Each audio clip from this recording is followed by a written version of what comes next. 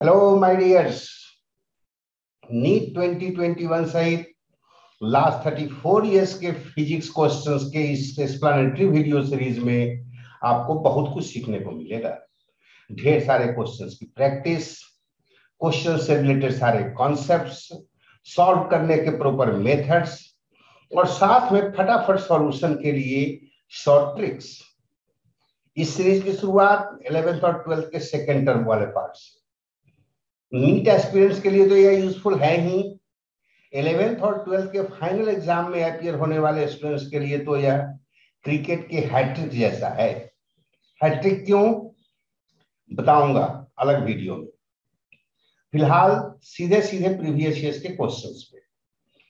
11th section की शुरुआत mechanical properties of solids से और 12th सेक्शन की शुरुआत ऑप्टिक्स से। प्रॉपर्टीज ऑफ सॉलिड्स का फर्स्ट क्वेश्चन, यह क्वेश्चन नीट 2020 में पूछा गया था। इसमें दे रखा है ओरिजिनल लेंथ आपका L और फाइनल लेंथ L1 निकालने के लिए आपसे पूछा गया है यंग्स मॉडुलस। और आप जानते हैं यंग्स मॉडुलस का formula y = FL/A delta L। Means की डेल्टा L का वैल्यू आपको निकालना है जो कि final length minus initial length होगा। Final length is L1, initial length is L and that's why delta L = L - L1। और यही आपके आंसर हैं। Question number 2, block of mass m is suspended from a long wire of length L। अब देखें, इसमें original length आपका L दे रखा है, final length L capital L plus small l है, मींस की एलोंगेशन इज स्मॉल l। और इसके लिए ये डायरेक्ट फॉर्मूला है कि अगर आपको पोटेंशियल एनर्जी या वर्क डन निकालना हो तो आप हाफ लोड इनटू एलोंगेशन कर सकते हैं। एक बार जरा समझ लेते हैं ये फॉर्मूला बना कैसे है। जब आप किसी एक्सटेंडेड वायर के केस में पोटेंशियल एनर्जी फाइंड करते हैं तो चाहे आपको एक्सटर्नल फोर्स का वर्क डन फाइंड करना हो या पोटेंशियल एनर्जी फाइंड करना हो, दोनों के लिए फॉर्मूला होता है W = U = half YA/L and then small l का square. Small l is elongation here. और आप इसे लिख सकते हैं ऐसे भी, हाफ YA/L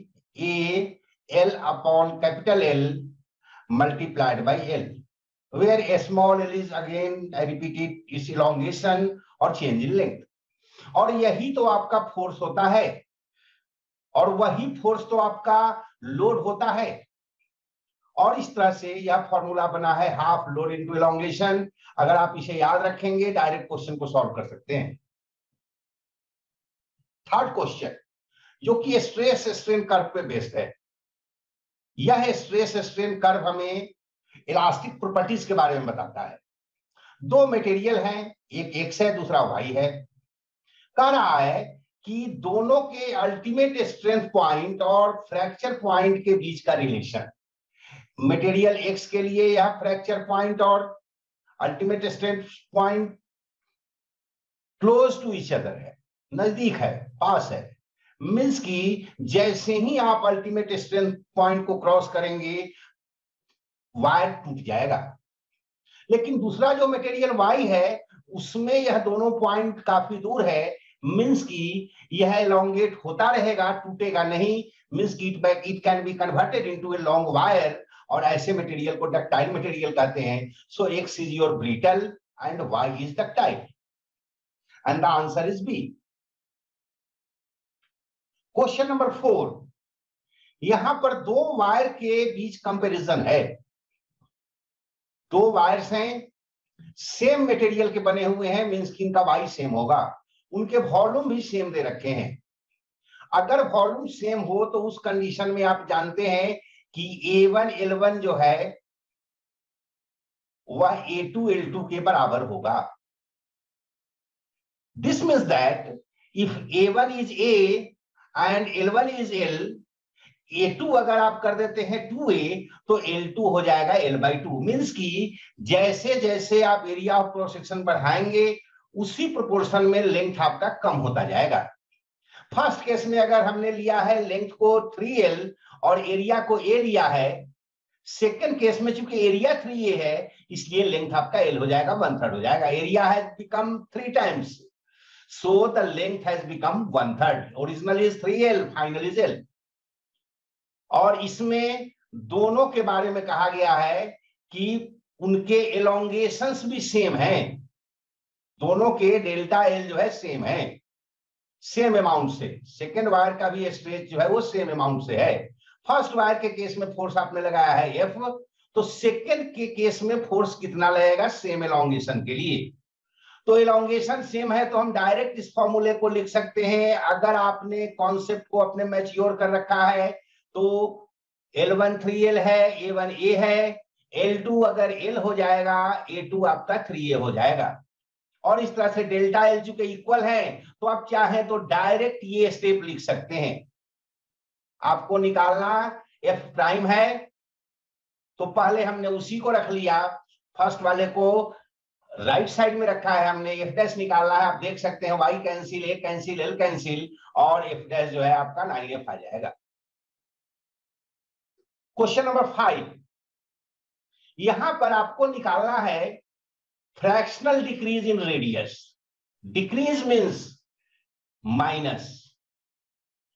निकालना इसे किसके टर्म में है, दे रखा है आपको बल्क मॉडुलस बी और यूनिफॉर्म प्रेशर पी, इन्हीं दोनों के टर्म में आपको फ्रैक्शनल डिक्रीज निकालना है। और आप जानते हैं बी और पी का relation, B is equal to minus P V upon delta V. Means की minus delta V is equal to P upon V, minus sign show करता है कि वॉल्यूम डिक्रीज हो रहा है। और इसी के जगह पे v के जगह आपने देखे, चूंकि ऑब्जेक्ट स्फेरिकल है, स्फेरिकल के केस में जब आप वॉल्यूम निकालेंगे तो ओरिजिनल वॉल्यूम तो 4/3 पाई आर क्यूब हो गया, इसमें तो किसी को कोई दिक्कत नहीं होगी। यहां थोड़ा समझना है आपको डेल्टा v कैसे निकालेंगे। फॉर्मूला तो यहां लिखा हुआ है लेकिन ये फॉर्मूला बनता कैसे है। एक्चुअली डेल्टा v जो है आपका, यह delta v minus v dash है। मीन्स की initial volume minus final volume है। हमने इनिशियल में से फाइनल को क्यों माइनस किया, क्योंकि डिक्रीज हो रहा है और उसके लिए तो हमने माइनस साइन यहां लगा ही दिया है। अब v कितना होगा आपने नीचे लिख रखा है डिनोमिनेटर में 4/3 पाई आर क्यूब, और v डैश कितना होगा, यह होगा 4/3 pi R minus delta R का क्यूब। मीन्स की डेल्टा आर कम हो गया है। और अब अगर आपको निकालना हो डेल्टा वी, मीन्स की दिस माइनस दिस। यहां पर देखें इसे आपको तोड़ना होगा a minus B whole cube में, और आप जानते हैं a minus B whole cube होता है a cube minus B cube minus 3a square B और प्लस 3ab स्क्वायर। अब यहां पर अगर हम इसे लिख लें इसी तरह से 4/3 पाई, और ये हो जाएगा आपका R cube minus delta R का cube minus 3r square delta R और प्लस 3r डेल्टा आर का स्क्वायर। और ये आपका फॉर्मूला, अब इसे आपको माइनस करना है दिस माइनस दिस। अब देखें 4/3 पाई तो दोनों का कॉमन होगा, मीन्स की डेल्टा भी जब आपको निकालना हो तो 4/3 पाई को तो ले लें कॉमन, और आप माइनस करेंगे आर क्यूब माइनस दिस, तो क्या आएगा आपके पास R cube minus R cube, यहां तो आपने माइनस किया है सारे साइन चेंज हो जाएंगे, plus delta R cube plus 3r square delta R और minus 3r delta R square. ये तो दोनों कैंसिल हो जाएंगे आर क्यूब, और इसे हम नेग्लेक्ट कर देंगे क्योंकि आर का वैल्यू बहुत छोटा है, तो आर के जो हायर पावर्स हैं उन्हें नेग्लेक्ट कर देंगे, वो तो और भी छोटे हो जाएंगे। तो हमारे पास बचेगा कितना, देख लें 4/3 पाई 3r स्क्वायर डेल्टा आर, और यही फॉर्मूला हमने डेल्टा वी की जगह पुट कर दिया है। सिंपली इस फॉर्मूले को पुट करेंगे, बाकी जो कैंसिल होने वाले हैं वो कैंसिल होंगे और आपके पास minus delta R upon R का वैल्यू आ जाएगा जो कि पी अपॉन 3 भी है। माइनस साइन यहां यही शो करता है कि डिक्रीज हो रहा है रेडियस। क्वेश्चन नंबर 6, यहां पर हमें कंपैरिजन करना है कि दो दो आपको वायर है दिए हुए, एक स्टील का है और दूसरा ब्रास का है, और यह भी दे रखा है कि स्टील का जो यंग्स मॉडुलस है वो डबल है, ट्वाइस है। उसके अलावा दे रखा है कि सेम लेंथ है दोनों वायर के, area of cross section same है, और दोनों को हमें सेम लेवल पर लाना है, मींस कि दोनों के एलोंगेशन हमें सेम रखने हैं। और आपसे पूछा जा रहा है रेशियो किसका, वेट्स का, मींस कि ये स्टील वाले केस में कितना वेट, ब्रास वाले वायर के केस में कितना वेट। और आप जानते हैं यंग्स मॉडुलस का formula y is equal to, actually F होता है तो वेट भी तो फोर्स ही है, और यहां पर आप देख रहे हैं कि ये भी सेम, एल भी सेम, डेल्टा एल भी सेम, तो W और Y का रिलेशन कैसा होगा, डायरेक्टली प्रोपोर्शनल का। और बस वही हमने रेशियो निकाल दिया, W S upon W B, Y S upon Y B. देख रखे हैं वाई एस जो है वो डबल है किससे, वाई बी से, क्वेश्चन में दे रखा है ट्वाइस, और इस तरह से आपके आंसर आ गए। क्वेश्चन नंबर 7 सिंपल सा है यह भी। सबसे पहले तो कॉपर वायर का वॉल्यूम दे रखा है और उसका लेंथ दे रखा है, और कह रखा है कि जब कांस्टेंट फोर्स अप्लाई करते हैं तो एक्सटेंशन जो वायर का है वो डेल्टा एल है। और आपसे पूछा गया है कि डेल्टा एल का रिलेशन किसके साथ स्ट्रेट लाइन का ग्राफ देगा। जिस किसी के साथ भी डेल्टा एल का रिलेशन डायरेक्टली प्रोपोर्शनल का होगा वह हमें ग्राफ स्ट्रेट लाइन देगा। तो जरा देख लें डेल्टा एल किसके साथ डायरेक्टली प्रोपोर्शनल का रिलेशन रखता है। यहां पर हमने देखा कि y is equal to F L upon A delta L. अब यहां पर यह चीज आपको ध्यान रखना है, ए हमें नहीं दे रखा है लेकिन वॉल्यूम और लेंथ तो दे रखा है। वायर सिलिंड्रिकल जिसका वॉल्यूम ही होता है ए इंटू एल, और अगर A इंटू एल है तो A का वैल्यू क्या हो जाएगा, V अपॉन एल, और बस यही तो हमें V अपॉन एल यहां पर पुट कर देना है, और फॉर्मूला आ गया हमारा F L square upon we delta L. और इससे हमने डेल्टा एल का वैल्यू फाइंड कर लिया। डेल्टा एल के वैल्यू फाइंड करते ही हम देख रहे हैं कि हमारा एफ, वाई और वी तो के लिए कांस्टेंट दे रखा है, और इस सिचुएशंस में आपको डेल्टा एल का रिलेशन एल स्क्वायर के साथ डायरेक्टली प्रोपोर्शनल का है, और इसलिए इनके जो ग्राफ होंगे डेल्टा एल और एल स्क्वायर के वह स्ट्रेट लाइन होंगे। So your answer is B. Question number 8 देखने में काफी लंबा चौड़ा सा लग रहा है लेकिन है उतना ही आसान। यहां पर अगर 11th 12th के बच्चों को आई मीन की बोर्ड के पेपर वगैरह में, क्लास के पेपर में, अगर एकेडमिक पेपर में अगर सॉल्व करना हो तो हम इसी तरीके से सॉल्व करेंगे। दोनों के यूनिट्स अलग अलग हैं, पहले उसे कन्वर्ट करेंगे। बट जब नीट एस्पिरेंसी से सॉल्व कर रहे होंगे तो यहां आप देख सकते हैं कि सारे डायमीटर मिलीमीटर में है, सारे, और सारे लेंथ आपके सेंटीमीटर में दिए गए, और निकालना बेसिकली आपको एल अपॉन डी स्क्वायर है। यह पूछा गया है कि किसका डेल्टा एल ज्यादा होगा, तो डेल्टा एल का यहाँ डिपेंडेंस है एल अपॉन डी स्क्वायर पर, और इस तरह से जिस किसी के भी एल अपॉन डी स्क्वायर का वैल्यू ज्यादा होगा वह एलोंगेशन ज्यादा शो करेगा, लार्जेस्ट एक्सटेंशन शो करेगा। इसके लिए चूंकि सबके यूनिट एमएम में है, सबके यूनिट सेंटीमीटर में है, अगर आप यूनिट्स को नहीं भी कन्वर्ट करें तो आंसर फाइंड करने में कोई दिक्कत नहीं होगी। जैसे मैं करके देख लेता हूं, यहां 200 को हमें डिवाइड करना है 2 स्क्वायर से, मींस की 4 से, द आंसर विल बी 50। हमें कंपैरिजन ही तो करना है। यहां पर लेंथ दे रखा है 300, डायमीटर हमें 9, 3 स्क्वायर मींस की 9 से डिवाइड करेंगे, it will come out to be 100 upon 3।